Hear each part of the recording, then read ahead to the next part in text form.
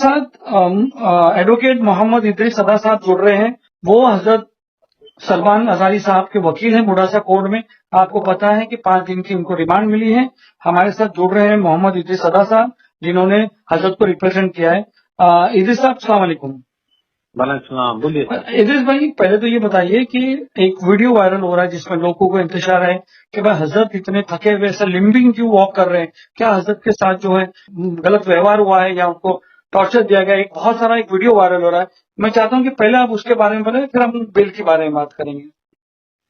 जी sir, बात ऐसी है कि हजरत के खिलाफ जो एफआईआर दर्ज हुई, उसके बाद जो मोडासा पुलिस है वो उनको जूनागढ़ लेने के लिए गई थी और जूनागढ़ से ट्रांसपोर्ट वारंट के आधार पर उनको 11 तारीख सुबह यानी कि 10-12 घंटे का रन करके वो लोग तुरंत लेके आए यहाँ पे गुजरात मोडासा। यानी कि जूनागढ़ से ट्रांसपोर्ट वारंट के जरिए मोडासा लाए और मोडासा 5 बजे सुबह आए और 5 बजे आने के बाद थोड़ा बहुत रेस्ट किया और उनको 1 बजे कोर्ट में लेके आए न्यायालय में। यानी कि जो 10-12 घंटा का जो सफर था उसके अंदर हजरत थोड़े थके हुए थे और साथ में उन्होंने रोजा भी रखा था। अच्छा, रोजा रखा, माशाल्लाह। हाँ, और रोजा भी रखा हुआ था। और इसमें मैंने उनको पूछा कि आपकी तबीयत कैसी है, कि नहीं कि मेरी तबीयत ठीक है, मगर ये ट्रांसपोर्टेशन की वजह से थोड़ा मेरे को बैक पेन पहले से ही है। हाँ, वो वीडियो में बता रहे हैं लिम्बिंग, वो मतलब थोड़ा सा वो करके चल रहे हैं, उनके चेहरे में भी वो लग रहा है। हाँ, यानी कि वो मुसाफरी ट्रांसपोर्टेशन की वजह से उनकी थकान भी थी और उनको थोड़ा बहुत बैक पेन था और उन्होंने रोजा भी रखा हुआ था। मैंने पूछा उनको कि आपने खाना वाना खाया, तो कहने मेरा रोजा हुआ है। चलो ठीक है। और एसएसपी ने भी बोला उनको कि भाई खाना उनको खाना का बंदोबस्त किया था, मगर हजरत ने रोजा रखा था, इसके लिए खाना वाना सब उन्होंने मना किया है। और हजरत कोई बदसलूकी की मैंने उनको पर्सनली पूछा, क्योंकि न्यायालय में पेश करने से पहले पूछा जाता है। बराबर, और जैसा भी पूछते हैं। हाँ, और मैंने भी उनको पहले पूछा कि आपके साथ कोई बदतमीजी की है, किसी ने कोई गाली गलौज से, नहीं मुझे कोई दिक्कत नहीं है।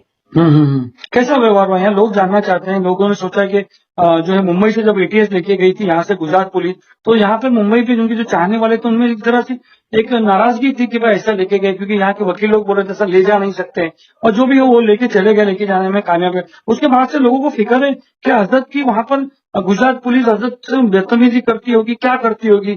तो क्या लगता है आपको हजरत को देख के? नहीं, मैंने पर्सनली कल मैं उनके साथ ही था, पूरा 5-6 घंटे उनके साथ था और मैंने उनके बहुत अच्छी तरीके से बात की और उनको मैंने पर्सनली भी पूछा। जब पुलिस नहीं थी उसके बाद भी मैंने पूछा कि आपके साथ कोई बदसलूकी की है, तो उन्होंने बताया कि मुझे पुलिस गुजरात की यानी कि मोडासे की पुलिस ने उनको तू तक की बात नहीं, सिर्फ आप करके बात किया है। माशाल्लाह माशाल्लाह, क्या बात है।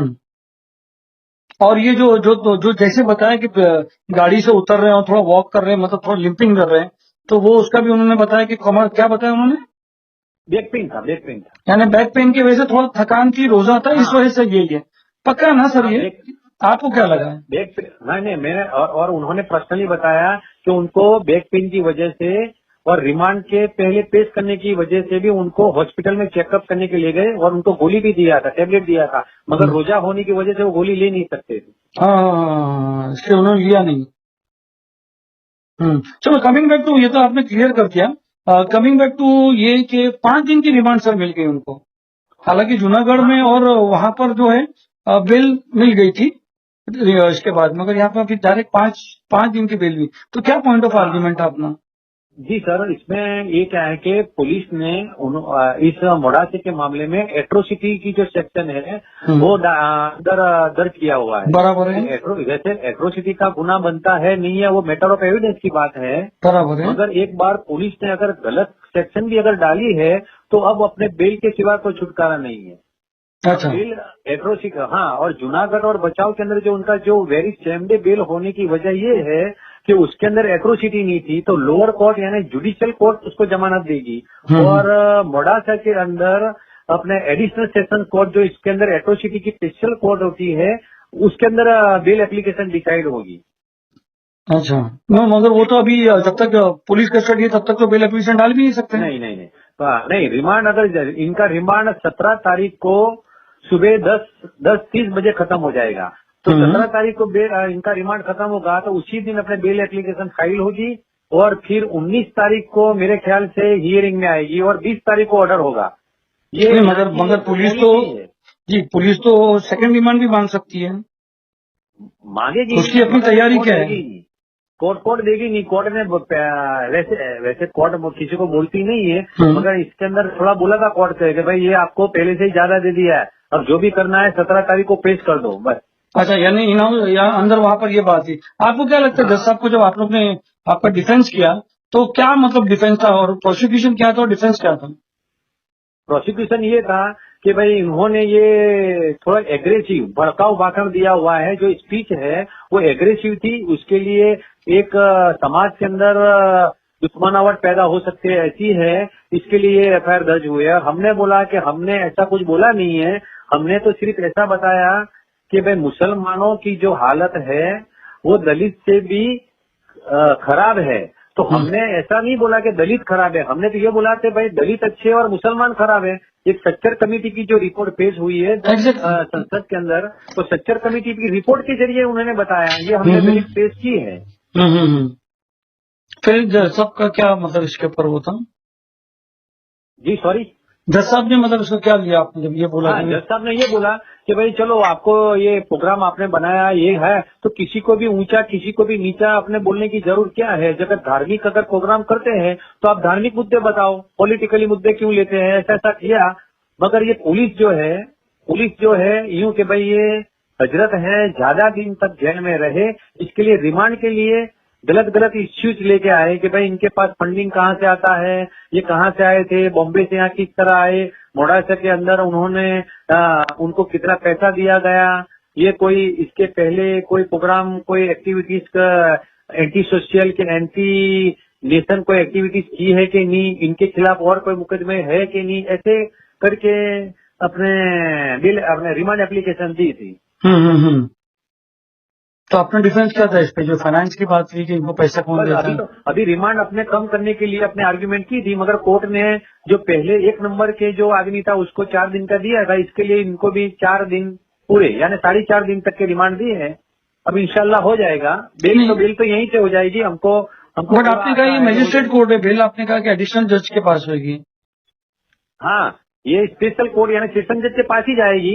मगर 3-4 दिन जैसे ही रिमांड खत्म होते हैं तो 3 या 4 जेल कस्टडी होगी, जुडिशियल कस्टडी हो जाएगी। हाँ, जुडिशियल फिर हियरिंग होगा, उसके बाद फिर ऑर्डर होगा। अच्छा, जुडिशियल कस्टडी होगी तो कौन से जेल पे ले जाया जाएगा उनको? यहाँ मोडासा की जेल यहाँ अच्छी है।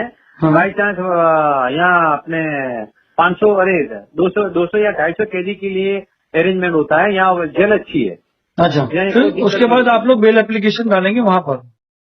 हाँ सर, हमारी तैयारी ऐसी है सर कि हम 17 तारीख को उनका 10:30 बजे रिमांड खत्म होता है, तो 17 तारीख को ही हम 1 या 2 बजे तक हम बेल हम पुटअप कर देंगे ऑनरेबल कोर्ट में। अच्छा, अगर जब तक एक और केस आ गया तो क्या करेंगे, उसकी क्या रेमेडी आपने ली है आपकी वकीलों की टीम ने? क्योंकि आपने देखा कि एक खत्म होता है तो दूसरा आ रहा है, दूसरा खत्म होता है तीसरा आ रहा है, तो क्या आपकी वकीलों की टीम ने उसकी क्या बंदोबस्त किया है? हाँ, उसके लिए जो मुफ्ती साहब है उनके बड़े भाई से ताल्लुकात हुए हैं, उनके साथ थोड़ी गुफ्तगू हुई है, तो उन्होंने अभी गुजरात हाई कोर्ट के अंदर जाने के लिए और एडवोकेट से बात की है कि भाई एक खत्म होता है दूसरा होता है, तो इसके लिए कोई ठोस एक्शन लेने के लिए हाई कोर्ट के अंदर पिटीशन करने की तैयारी की है। पिटीशन करने की तैयारी है, तो ऐसे केसेस में आप क्या सजेस्ट करना चाहोगे? ऐसे केसेस में क्योंकि 3 बार उनका 3 एफआईआर लिखी गई है, ऐसे केसेस में आप क्या सोचेंगे? हाईकोर्ट प्रीफर करते हो कि ये प्रीफर करते हो आप सेशन से बेल लेना? इसमें क्या होता है कि जब तक ये यहाँ से बेल नहीं होगी, इतने में यहाँ बेल हो जाए तो बहुत अच्छी बात है, क्योंकि यहाँ बेल हो जाएगी इतने में फिर अपने हाईकोर्ट के अंदर अपनी मैटर आएगी नहीं बोर्ड पे। इसके नहीं आप हाईकोर्ट में तो आप बता रहे हैं, जो लोग जानना चाहते हैं, क्योंकि बहुत सारे लोग सवाल करते हैं क्या रे यार लोग हाईकोर्ट क्यों नहीं जा रहे, हाईकोर्ट क्यों नहीं जा रहे हैं, तो मैं जानना चाहता हूँ कि कानूनी जो हाईकोर्ट की क्या रेमेडीज है ऐसे केसेस में?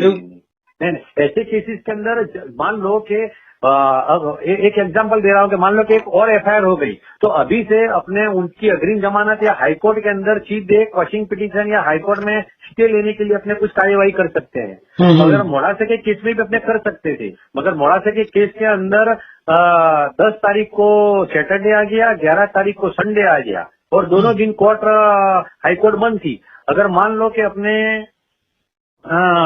इनको जूनागढ़ से उठाने के पहले अपने जो थी तो ये मामला यहाँ मोड़ासा तक नहीं आता, मगर उन्होंने पुलिस ने इतनी चालाकी से काम किया है कि 9 तारीख को एफआईआर की, 10 तारीख को उनको लेने के लिए निकल गई और 11 तारीख को लेके आ गई।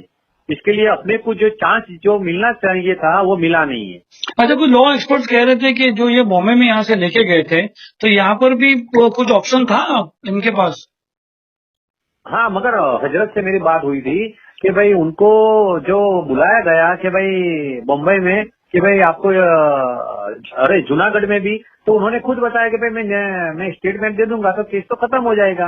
हजरत को थोड़ी सी ऐसी थी कि भाई ये इतना मामला गंभीर नहीं है।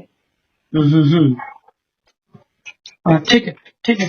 बहुत बहुत शुक्रिया आपका हमारे से बात करने, डिटेल में बताने, क्योंकि यहाँ पर बहुत सारे इदरीस सदा साहब, बहुत यहाँ पर लोगों में इंतजार था कि हजरत की वीडियो देख के लोगों को ऐसा लगा, आपने बता दिया कि वो रोजे में थे और उनके साथ कोई बदसलूकी नहीं की गई। एक बहुत अच्छी बात है, एक बहुत अच्छा खुलासा हुआ, लोगों की कम से कम इतनी तसल्ली तो होगी कि हजरत सही सलामत है। नहीं, बहुत अच्छा है यार। नहीं, कोई टेंशन लेने की, कोई भी है अपने इनके मोहब्बत करने वाले, किसी को टेंशन लेने की जरूरत नहीं है। यहाँ सब अच्छा है, बस ये परेशानी है कि थोड़ी जेल कस्टडी है, हो जाएगा सब। बहुत बहुत शुक्रिया, जज़ाकल्लाह।